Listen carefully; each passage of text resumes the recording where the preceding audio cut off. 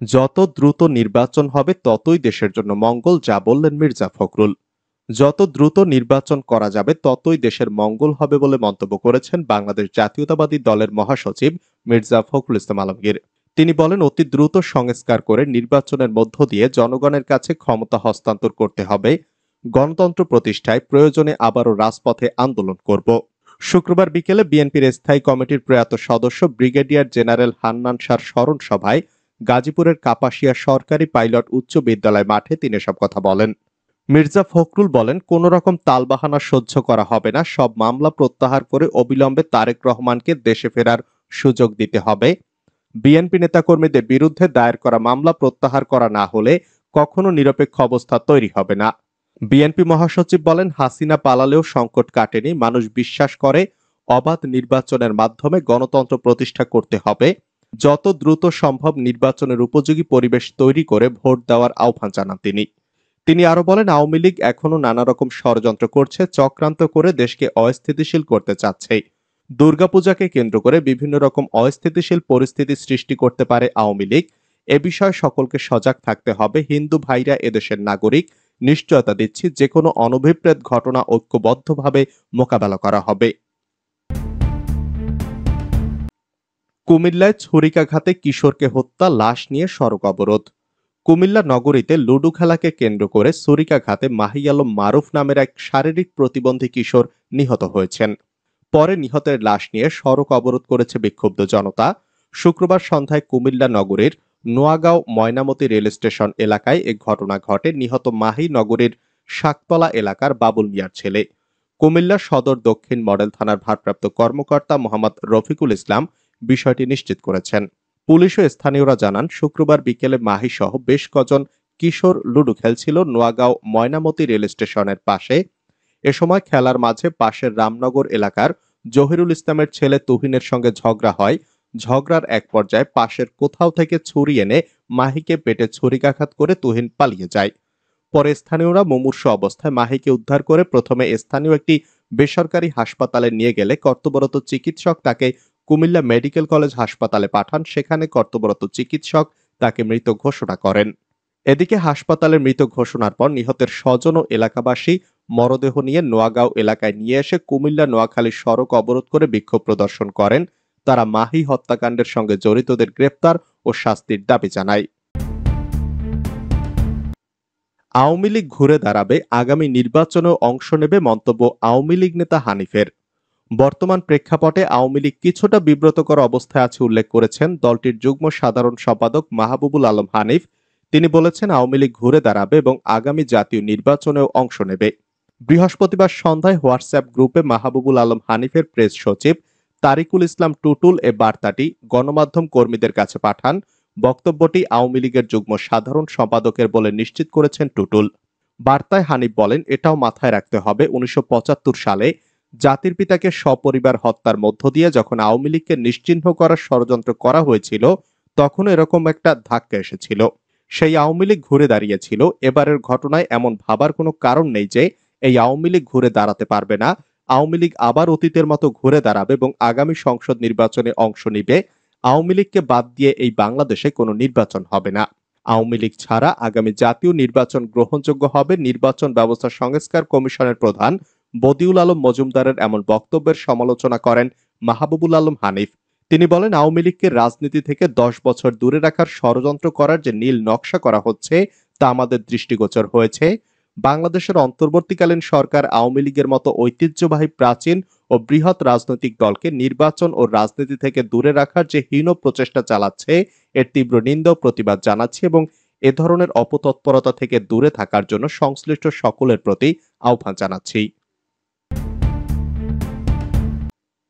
যদি বিচার করতে না পারেন দায়িত্ব কেন নিয়েছেন, অন্তর্বর্তী সরকারকে প্রশ্ন জোনায়েদ সাকির।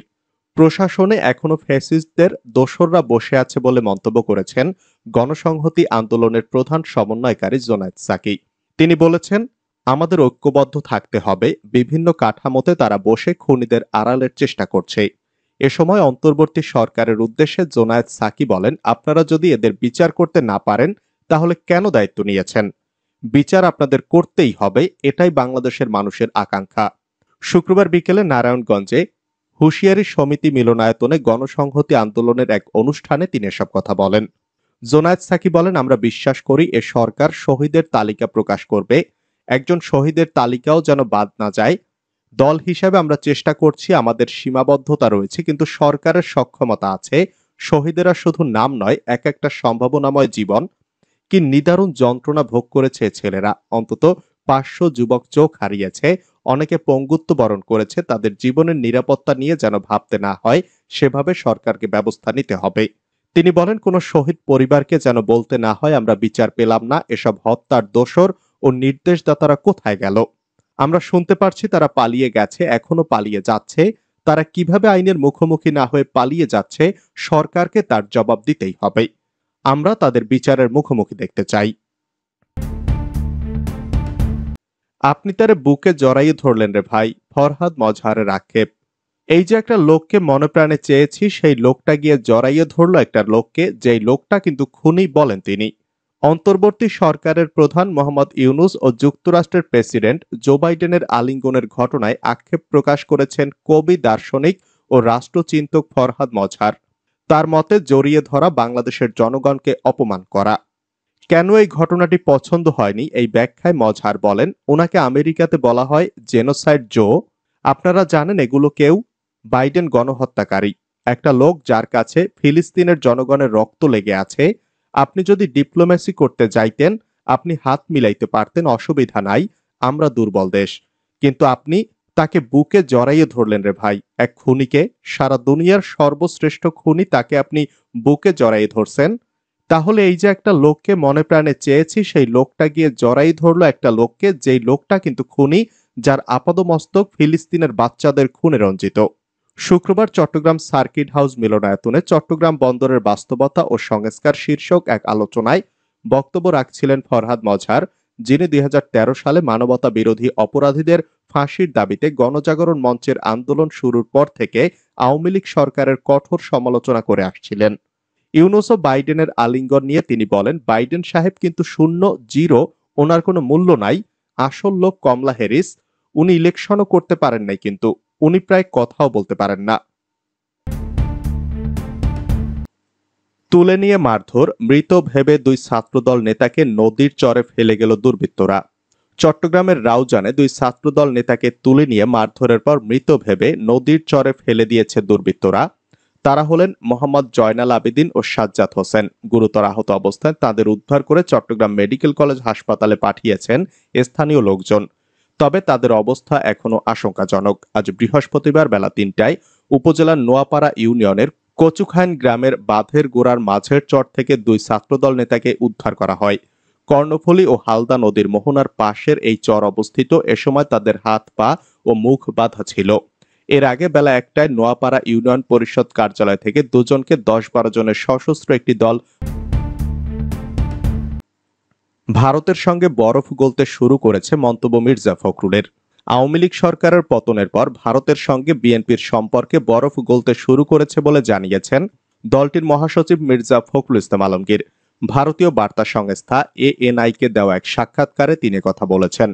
বৃহস্পতিবার এএনআই প্রকাশিত এক প্রতিবেদনে বলা হয়েছে, আগে 2 দফায় বাংলাদেশের প্রধানমন্ত্রীর দায়িত্ব পালন করা খালেদা জিয়ার নেতৃত্বাধীন বিএনপি শেখ হাসিনার আমলে গত 15 বছরে ভারতের সঙ্গে বাংলাদেশের হওয়া কিছু উদ্যোগ ও চুক্তির বিষয়ে সমালোচনা করে আসছে। সম্প্রতি ভারতের হাইকমিশনার প্রণয় ভার্মা বিএনপির সঙ্গে সম্পর্ক জোরদারের বিষয়টি দলটির কার্যালয়ে গিয়ে বিএনপি মহাসচিব মির্জা ফখরুল ইসলাম আলমগীরের সঙ্গে একটি বৈঠক করেন। এটাকে গুরুত্বপূর্ণ হিসাবে বিবেচনা করা হচ্ছে। এএনআই-কে মির্জা ফখরুল বলেছেন, প্রণয় ভার্মার বিএনপি কার্যালয়ে এসে বৈঠক করাটা 2 দেশের জন্য অনেক ইতিবাচক দিকের দ্বার উন্মোচন করেছে। তিনি বলেন, বাংলাদেশে গত নির্বাচনের পর থেকে আমাদের সম্পর্ক নিয়ে একটি প্রশ্ন ছিল, তবে এবার হাইকমিশনারের আমাদের কার্যালয়ে আসাটা অবশ্যই পরিস্থিতির উন্নয়ন ঘটিয়েছে, বরফ গলতে শুরু করেছে।